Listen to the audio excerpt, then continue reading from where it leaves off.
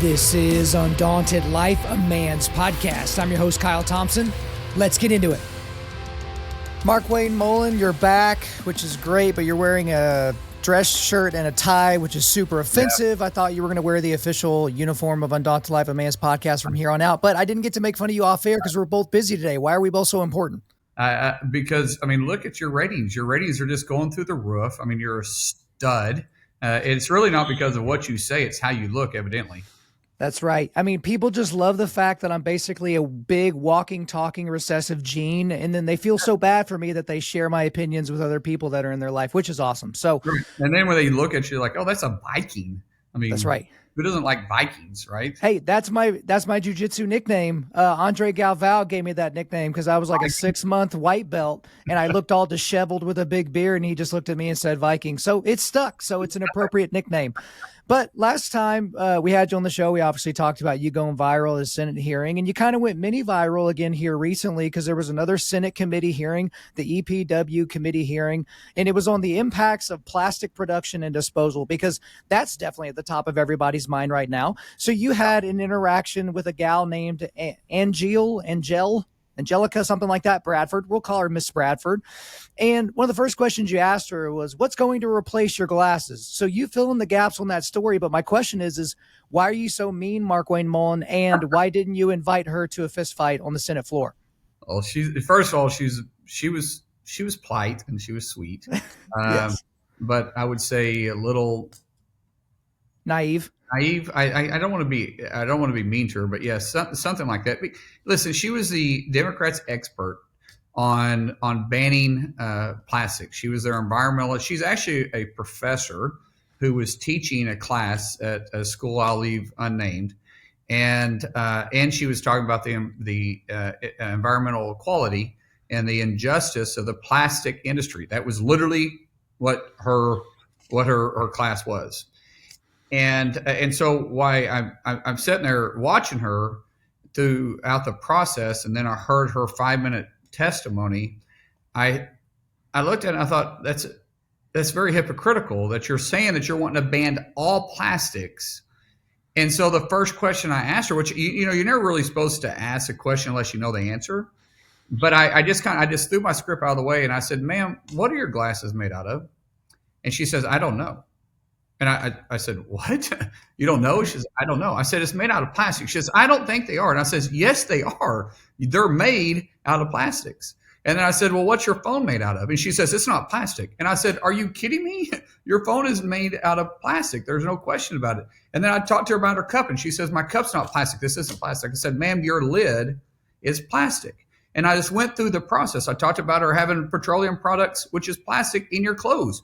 We all have those. If your clothes aren't stretchy, then maybe you don't. But most clothes, like most people want their clothes a little stretchy right now. Mm-hmm. They have a petroleum-based product in them. They have plastic in them, and everything. The vehicle you ride in is made out of plastic. And what my point was at the end of it, I said, "Ma'am, if this is what you believe, then don't use plastic.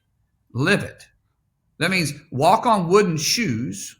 And wear, I guess, leather clothes, all leather clothes with furs, which, wait a second, the environmentalists don't want you to cut down trees, and they don't want you killing animals either. So I don't know what you're wearing. I guess you're going to wear plant-based, and the last time I checked, plant-based clothing doesn't really hold up that well. And so it was just the point of just trying to expose the hypocrisy of these environmentalists, that they don't think beyond today. They think just based on emotion. Because if they thought beyond today, they'd realize that the very thing that they're protesting, they are using and contributing to every single day. Well, it's not just emotion, it's also ideology. And so they are slaves to their ideology for the things that they want to say. It's kind of like when people talk about the types of cars you should drive. Hey, don't drive an H2 Hummer, don't drive a crew cab Silverado, drive this hybrid. And then you break it down. Okay, I drive Fords. So let's use F-250s, Explorer, Bronco, something like that. All right. Hey, I got a joke for you. Oh, what do you call a Ford truck with dual exhaust? What? A wheelbarrow, because it always stops running. And so that's the thing. So we'll keep using Chevys as examples, but then you see these cars that are battery operated or these hybrids. And when you do the carbon footprint analysis, they have a higher carbon footprint because of what the process it had to go through to even be made. Yeah. You would have to drive it like 5 million miles to have it even out, with a big old truck, a dually that gets like 10 miles to the gallon. An electric vehicle, let's use Tesla, for instance. A Tesla vehicle uses 2.5 times the emissions of a combustible motor through its lifespan. And by the way, an electric vehicle is 80% less reliable than a combustible motor, just because of the components. I mean, you just think about this. How long did your TVs used to last when they were glass tubes? Forever. Yep. How long does your TV last today? The number one problem you have with your vehicles isn't the motor anymore. It's the electric components inside the vehicle. So, right. So you can imagine your entire vehicle being electric, you're going to have more problems with it. Now they'll eventually get better, but the emissions come from not the vehicle itself. It's from extracting those rare earth minerals that they have to get. And by the way, the rare earth minerals are not being from the United States. Most of them are coming from China. And so not only do they have to extract them, which China really doesn't have good environmental laws anyways, but if you just use the fact that they do use the same environmental laws we have, which they don't, because if they did, they wouldn't be able to mine, because if we could mine, we could probably actually get it from the United States. But just say that they do. Not to mention, then they got to ship it all the way across the ocean to get to us, which doesn't come on an electric vehicle, by the way, or an electric ship. And then it's got to be shipped all the way to the factory. Then it's got to be refined, and then it's got to be brought down. Then it's got to be put in the vehicle. Oh, and then you're not even discussing the disposal part of it. You actually can't dispose of the batteries in an environmental friendly way. They are absolutely non-recyclable. So then they have a lifetime of an impact on the environment after you get rid of the battery. And the batteries will only last 2 to 3 years. And we haven't even talked about how we're going to start disposing of these batteries yet. And so so you talk about the ideological reasons behind it, but really you can't say that, because it's not even that. It's a feeling, because there's no common sense. There is absolutely no idea or no rational reason why they would want to go down this path other than it's feel good. One, it's a soft-headed approach, but again, you get to pretend to be virtuous by saying, hey, I care about the trees, or I care about the oceans, or something like that, without any regard for the actual second, third, and fourth wave issues that would come off of that particular ideology. So another thing that's happening on the Hill right now is we've got all this talk about funding. And so we're seeing these bills getting bandied about in the Senate and also in the House, and everyone's trying to get Israel funding, but somehow that has to also be attached to funding for Ukraine, which has to be attached to funding for Taiwan, and has to be attached to funding for border security. Now, I'm just a simple guy, right? I don't wear ties every day. I don't have flags behind me. I'm just simple, right? I'm just simple. I'm just as I do, Kyle. As soon as the show over, you go and put your pajamas on with a tie. I don't even have pants on right now, so I don't know what you're talking about. But the problem that we see here on our end, all of us people down here looking up at all you superiors, is why can't we just have each one of these things be voted on based on their own merits? Now, I know enough about politics to know why omnibus bills are passed, but at the same time, it's very, very frustrating as a voter and as a taxpayer that we're considering all of these things together as opposed to them on their individual merits. Ready, set, go. All right. So our founding fathers wanted us to be representatives and senators from different walks of life. They didn't want a ruling class. So we don't have the same mindset. And things that we deal with in Oklahoma are different than what they deal with in Massachusetts. And the things we deal with in Oklahoma is different than what they deal with in California, even different than what they deal with in Texas and Kansas. So we all have all these different ideas, and we all do one thing. We're all supposed to represent our backyard. So our constituents elect us to represent them. And so with that thought process, what's important to me isn't important to them. So what's important to Texas, what's important to New Mexico, what's important to other border states by border security, they don't care about. But then you start talking about maybe the East Coast and the West Coast, where they may have a high population of Ukrainians, or they may have a high Muslim base, or they have a high Jewish community. then those individuals, they're representing that constituent base. And so not one is important to everybody. So you have the collection of all come together, and that's where negotiations are important. And so if you can't get one of them passed, you combine them together to get them passed, because Ukraine, the support for Ukraine wouldn't be able to pass by itself. The support, honestly, just for Israel wouldn't be able to support by itself. There's not enough there, and neither will border. But if you combine them, you get a collection of people from California, from Massachusetts, Maine, Florida, Texas, Oklahoma, and everybody else that say this issue is important to me. And so I'm going to support it, even though I may not like a third of it. I like 2/3 of it. Okay, so with that in mind, if each one of these individual bills or potential laws were not able to stand on their own 2 feet, is that not a good indication that that's just not really something that the American populace cares about? Because if all of America can't get behind this to a degree to where it could pass either chamber of Congress, then maybe we shouldn't pass it. Well, you've never had a perfect bill that everybody wants to support. Sure. That doesn't exist. I mean, they just that process, the way you're thinking, sounds good in a business atmosphere. It doesn't sound good when you're talking about individuals that's going to make this vote. The bill would just be blocked. It would never come up. It may not ever come because you can't get enough signature on this to bring it up. It may not, and it doesn't mean that people aren't okay with it. They're just wanting to negotiate more because they're wanting something out of this too. If you want my vote, then this is what it's going to take. So if you try to bring that up by itself, most of the stuff would never get passed. You just aren't going to get a collection of enough people to get anything at all done. Now, that doesn't mean that supporting Ukraine isn't important. As I've talked to you about it before, the Budapest Memorandum said that we're going to be there. That was signed in January of '94.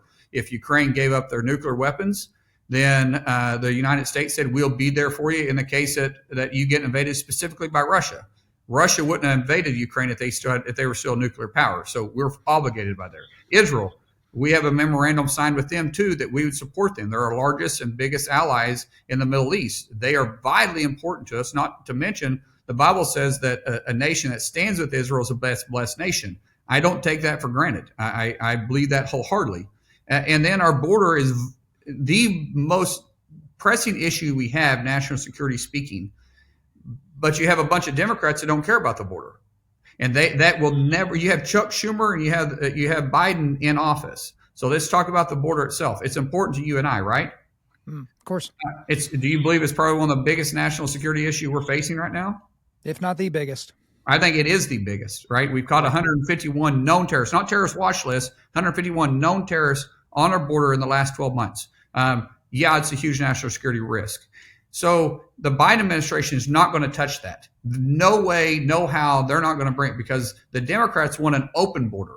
Remember, they could have fixed the border if they wanted to when Chuck Schumer was in charge with Nancy Pelosi and Schumer in the House. So the first 2 years, or not Schumer, but Biden in the House, the first 2 years, they could have fixed it if they wanted to. They're not even talking about amnesty. They want a complete open border. That's what they want. Well, the Republicans are sitting here going, we want to control one leg of a three-legged stool. So the only way that we're going to be able to get border security is we're going to hold up funding for Ukraine and for Israel and say that all three of them need to be put on one package. That's how you're able to get stuff done. So you and I believe that border should be able to stand by itself, but there's no way it'll pass up here. So we can only attach it to something that's important to them. Well, it's the difficulty of being an ideological purist versus being an actual lawmaker. So it's very easy for a podcaster to be ideologically pure and say, this is my red line and I'm not going to pass it. But when you're creating law in a system that is a constitutional republic, it's a little bit more difficult than that. So you already touched on the border crisis stuff, and so we won't get into any more detail. But the last thing I'll say to throw out there, I think part of the confusion, there's not really a moderates in America anymore, but even people that just don't fully understand what's happening in Ukraine, what's happening with Russia, they've never heard of the Budapest Agreement, or they don't know anything about anything that was signed in the past. What some people have been sold is this idea that, look, America needs to do whatever it takes to prop Ukraine up as long enough to basically decimate the Russian military capacity, which is basically where we're at now. They've literally lost an unbelievable amount of their military. They're conscripting military workers from prisons and, old people and young people, and they're just basically tossing them into trenches as if it's World War I. So as an American, if we're looking for an off-ramp, what is the off-ramp exactly? Is it when we feel like Russia's completely decimated, when we feel like there's been a break in this, trench warfare style that we see going on, when Russia is overtaken by Ukraine? As an American, when can I feel good with us not funding that war anymore? Well, we're United States. We're not trying to decimate the Soviet Union or Russia's, because I might as well go say the Soviet Union. Sure. Because that's how they're acting. But we're not trying to decimate Russia's army. That wasn't the goal. We're just trying to put them back in the hole, back in the box they came from. Get out of Ukraine.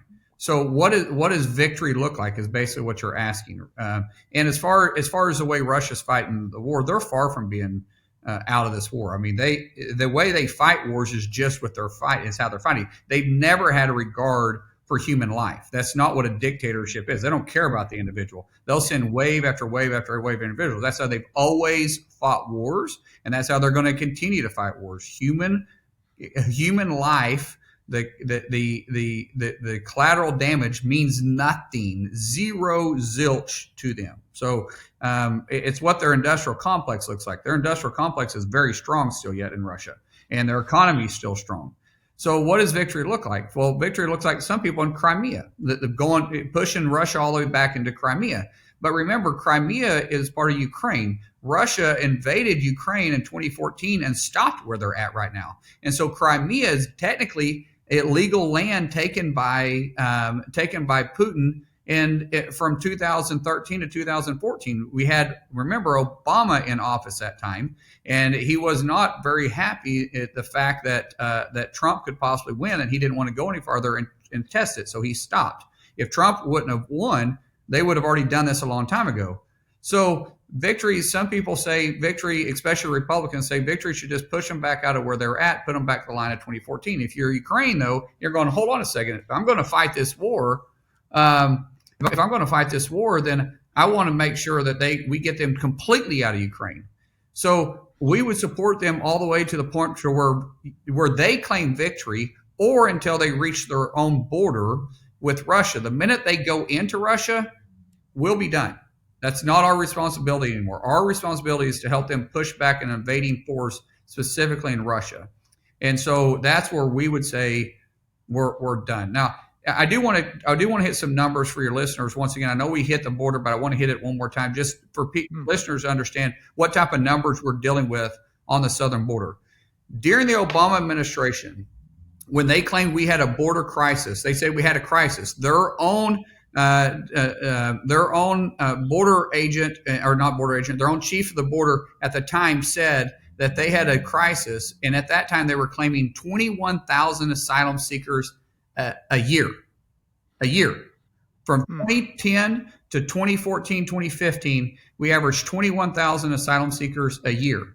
We're doing that now under the Biden administration every other day. Every other day. So this is how big of an issue the border is. That's why we're trying to negotiate this, and why we're not saying that we know we can't let it stand by itself, and that's why we're negotiating on a greater package. Well, I'm always left at the end of our time somewhat dissatisfied because I have so many more questions, but neither one of us have time. You got to go beat somebody up at the Senate. Crush on me, and you want to spend more time with me. Just admit it, Kyle. Well, that's exactly why the next time you see my face, which will be approximately this time next month, I will be in a suit and tie and maybe even a top hat. So don't get too excited. I'm just saying, don't be surprised if that happens. Mark Wayne, thanks again for coming on. See you, Kyle. Thank you guys so much for listening to this episode. Wherever you're listening to this, please subscribe, rate, and leave us a positive 5-star review. If you want me to come speak live at your event or on your podcast, just shoot me an email to info@Undaunted.Life. That's info@Undaunted.Life. Follow us on Instagram and like us on Facebook, and check out our website for everything else, including how to donate to keep more content like this coming your way. Just go to www.Undaunted.Life. And also, we want to thank the band Holy Name for allowing us to use their music for our content. The music on this podcast is their song Perpetua, which is off their self-titled debut album on Face Down Records. The links are in the description.